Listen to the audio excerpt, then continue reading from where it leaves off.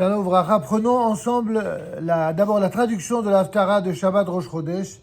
C'est une Haftara qui revient chaque fois que le jour de Rosh Chodesh ou l'un des deux jours de Rosh Chodesh tombe Shabbat, comme c'est le cas cette fois-ci. Et donc on va d'abord lire la traduction en français parce que c'est un texte qui n'est pas très connu. Et quelques mots, le petit commentaire sur la Haftara. Que dit cette Haftara qui est issue donc qui est tiré du livre d'Isaïe au chapitre Samech Vav, c'est-à-dire 66, des versets 1 à 24. Ainsi a dit Hachem, le ciel est mon trône et la terre mon marchepied. Quelle maison pourriez-vous me construire et quel serait mon lieu de repos ? Tout cela, ma main l'a fait, et tout cela est venu à l'existence, parole d'Hachem. Mais c'est cela que je prends en considération. Le pauvre est l'homme à l'esprit contrit, et qui veille à observer ma parole. Celui qui immole un bœuf, c'est comme s'il assassinait un homme. Celui qui offre un agneau, c'est comme s'il brisait la nuque d'un chien. Celui qui offre une oblation, c'est comme s'il offrait le sang d'un porc. Celui qui offre un encens commémoratif, c'est comme s'il offrait le fruit d'une extorsion. D'ailleurs, ils ont eux-mêmes choisi leur voie et leur âme à désirer leurs abominations. Eh bien moi aussi, je choisirai de me jouer d'eux, et ce qu'ils redoutent, je le susciterai contre eux, parce que j'ai appelé et que nul n'a répondu. J'ai parlé, mais ils n'ont pas entendu. Ils ont fait ce qui est mal à mes yeux. Et ce que je ne désire pas, ils l'ont choisi. Écoutez la parole d'Hachem, vous qui révérez sa parole.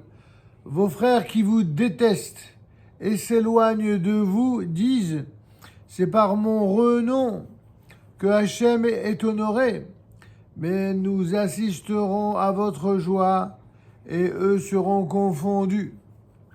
Le son d'un tumulte s'élève de la ville, une rumeur depuis le sanctuaire, la voix d'Hachem. Qui va payer ce qui revient à ses ennemis ? Avant même d'entrer en travail, elle aura accouché. Avant même que la douleur ne l'atteigne, elle aura mis au monde un fils. Qui a ouï dire d'une telle chose ? Qui en a vu de pareil ? Une terre a-t-elle fait son travail en un seul jour ? Un peuple peut-il être mis au monde d'un seul coup ? Tout comme Sion a suivi son travail et a mis au monde ses enfants. Amènerai-je une femme au siège d'accouchement sans que je le fasse enfanter ? Dit Hachem. Moi qui fais enfanter, empêcherai-je la chose ? A dit ton Dieu. Soyez heureux avec Jérusalem et réjouissez-vous en elle. Tous ceux qui l'aiment, jubilez de sa jubilation. Tous ceux qui ont porté son deuil, afin que vous têtiez et soyez assouvis par le sein de ses consolations, pour que vous aspiriez et vous vous délectiez de la splendeur de sa gloire. Car ainsi a dit Hachem, voici, je ferai affluer la paix en elle comme un fleuve, et l'honneur des peuples comme un torrent impétueux, et vous vous en nourrirez. Vous serez portés sur une épaule et bercés sur les genoux. Comme un homme que sa mère console, ainsi je vous consolerai, et à Jérusalem, vous serez consolés. Vous verrez et votre cœur exultera, et vos os s'épanouiront comme l'herbe. La main d'Hachem se fera connaître sur ses serviteurs et sa colère sur ses ennemis. Car voici, Hachem viendra dans le feu. Le feu ici, c'est la guerre, bien sûr. Car Hachem viendra dans le feu, et ses chars, pareils à la tempête, pour exercer sa colère avec fureur et sa réprimande dans un feu ardent. Car par le feu Hachem fera justice et son épée contre toute chair. Nombreux sont ceux qui seront tués par Hachem. Ceux qui se préparent et se purifient pour se rendre l'un à la suite de l'autre dans les jardins près d'une idole placée au milieu. Ceux qui mangent la chair du porc, des créatures abominables et des rongeurs seront anéantis ensemble. Parole d'Hachem. Je suis au fait de leurs actions et de leurs pensées. Le temps est venu de rassembler tous les peuples et langues. Ils viendront et verront ma gloire. Je placerai en eux un signe, et d'entre eux j'enverrai des rescapés aux nations. Tarshish, Poul et Loud, les tireurs à l'arc, Tuval et Yavan. Les îles lointaines qui n'ont pas entendu parler de mon nom et n'ont pas vu ma gloire, et ils annonceront ma gloire parmi les nations. Ils emmèneront tous vos frères d'entre toutes les nations en offrande à Hachem sur des chevaux, des chariots, des fourgons recouverts, des mules et avec de joyeuses danses sur ma montagne sainte, Jérusalem, dit Hachem. De la même façon que les enfants d'Israël apportent leur offrande dans un vase pur à la maison d'Hachem, d'eux aussi j'en prendrai au titre de Kohanim et Léviim, dit Hachem. Car de même que les nouveaux cieux et la nouvelle terre que je vais faire se maintiendront devant moi, parole d'Hachem, ainsi votre postérité, votre renom subsistera-t-il. Et il adviendra que de nouvelles lunes en nouvelles lunes, et de Shabbat en Shabbat, toute chair viendra se prosterner devant moi, dit Hachem l'Éternel. Ils sortiront et verront les cadavres de ceux qui se rebellent contre moi. Car les vers qui les rongent ne mourront pas, et le feu qui les dévore ne s'éteindra pas, et ils seront un objet de honte pour toute chair. Et il adviendra que de nouvelles lunes en nouvelles lunes, et de Shabbat en Shabbat, toute chair viendra se prosterner devant moi, dit Hachem. Bon, le texte est légèrement long, mais vous avez bien compris qu'il y a ici un style tout à fait particulier, parfois même poétique, et en tout cas souvent énigmatique. De quoi parle ce dernier chapitre, ou plutôt ce chapitre qui est le dernier du livre d'Isaïe, Yeshayahu. Il a été choisi comme Haftarah de Shabbat Rosh Chodesh à cause notamment de son avant-dernier verset, que nous reprenons d'ailleurs à la fin, et qui traite de l'hommage que tous, c'est-à-dire tous les êtres humains à la fin des temps, rendront un jour à Dieu, et ce, chaque Rosh Chodesh, mais aussi chaque Shabbat. Dans ce chapitre qui est une véritable source d'espoir et de réconfort pour le peuple d'Israël, eh bien, Isaïe prédit la chute finale des nations, toutes celles qui se sont liguées contre Israël depuis la nuit des temps jusqu'aujourd'hui. Celles-ci en viendront à se battre l'une contre l'autre, mais aussi contre Israël, au cours de la guerre ultime, celle dite de Gog et Magog, qui introduira la délivrance finale. Isaïe évoque la défaite des nations et la reconnaissance universelle de la grandeur de Dieu et de son peuple qui suivront. Mais il donne aussi de sévères leçons à Israël. En effet, le chapitre proclame d'emblée que le monde entier existe uniquement pour servir Dieu et pour servir à Dieu de trône et de marchepied. C'est-à-dire que le monde tout entier, il n'est que comme un marchepied pour l'Éternel.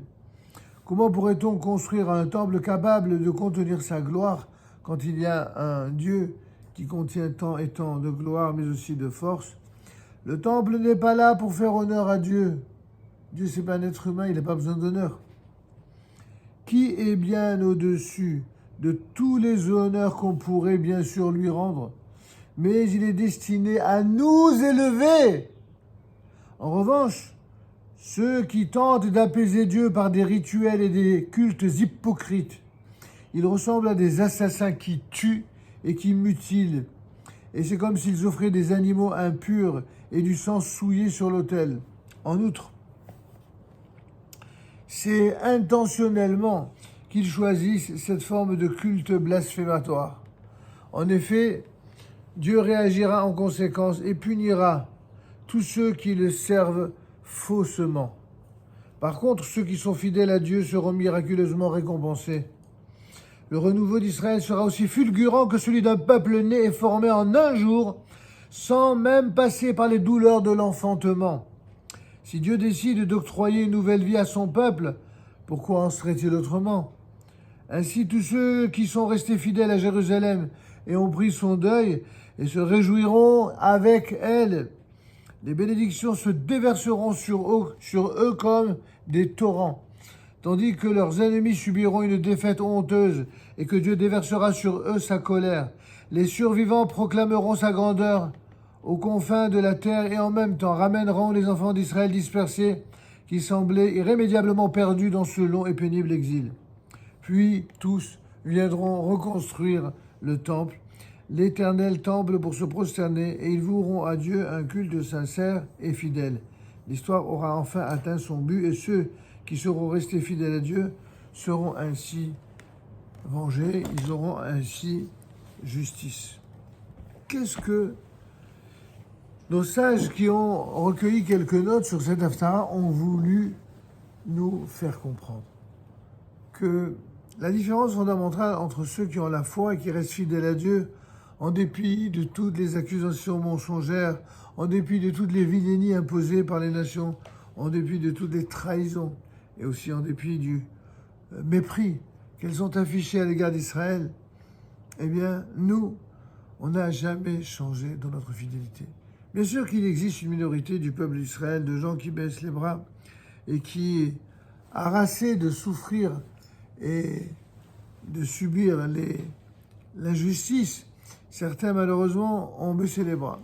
Mais ceux qui ne baisseront pas les bras, ceux qui resteront fidèles à Kadosh Baruch Hu, malgré les vicissitudes du temps, malgré les vilainies et les injustices de l'exil, c'est ceux-là, eux, leurs familles, leurs enfants et toute la partie du peuple qui les suivront, qui verront la récompense finale qui attend tous ceux qui ont la patience de conserver la Emouna jusqu'au bout.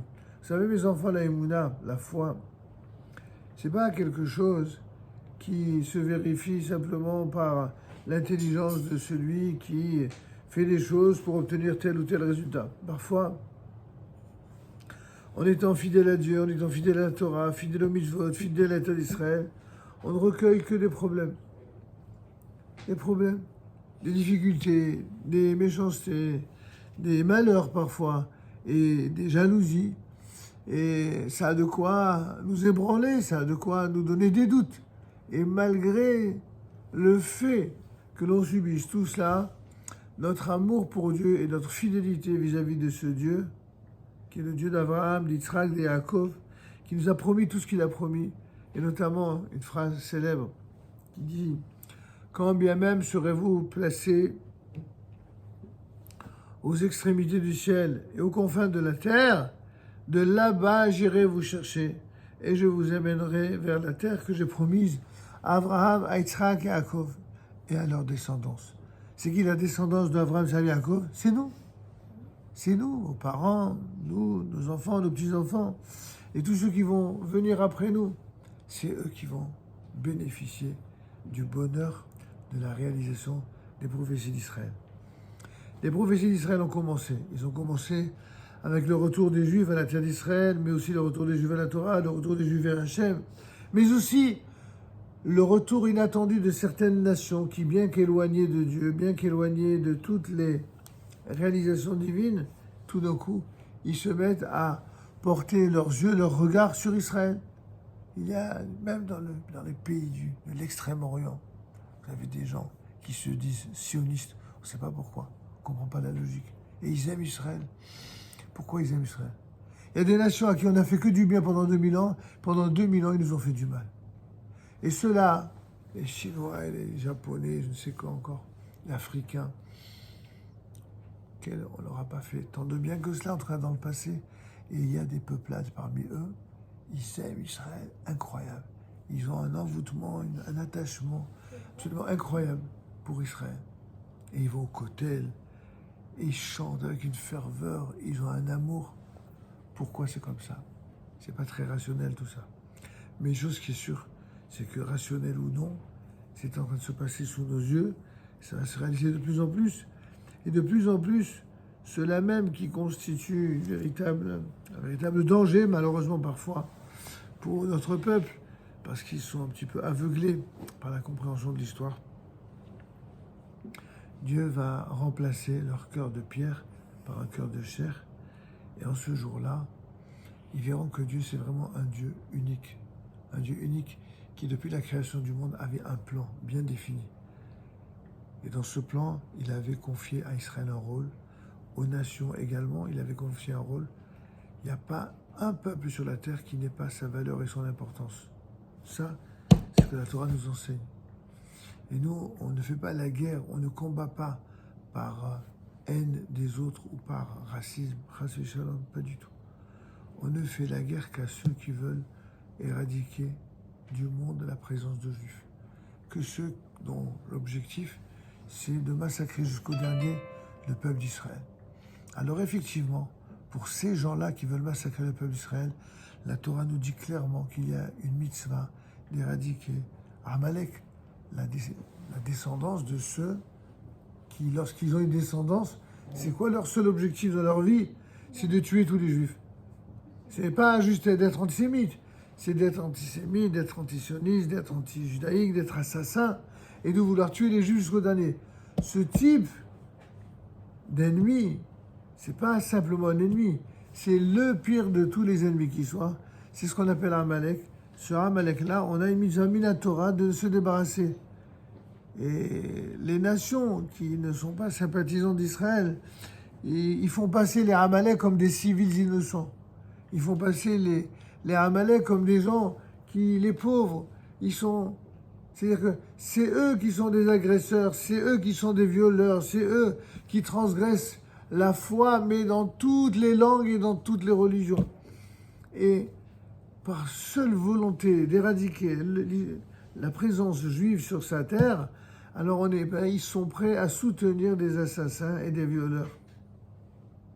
Mais des gens comme ça, il faut avoir aucune pitié, absolument aucune. Et en tout cas en Israël, ça ne concerne pas ce qui se passe en dehors d'Israël, mais en Israël, il faut se armer de courage, tout en sachant que nous avons, grâce à la prophétie d'Isaïe, que nous récitons tous les Shabbats Rosh Chodesh, que viendra un jour, Be'ezrat Hashem, de Shabbat en Shabbat et de Rosh Chodesh en Rosh Chodesh, eh bien on savourera la victoire et le bonheur de l'unité du peuple d'Israël, mais aussi l'unité des nations du monde, de tous les goïms avec Israël. Amen.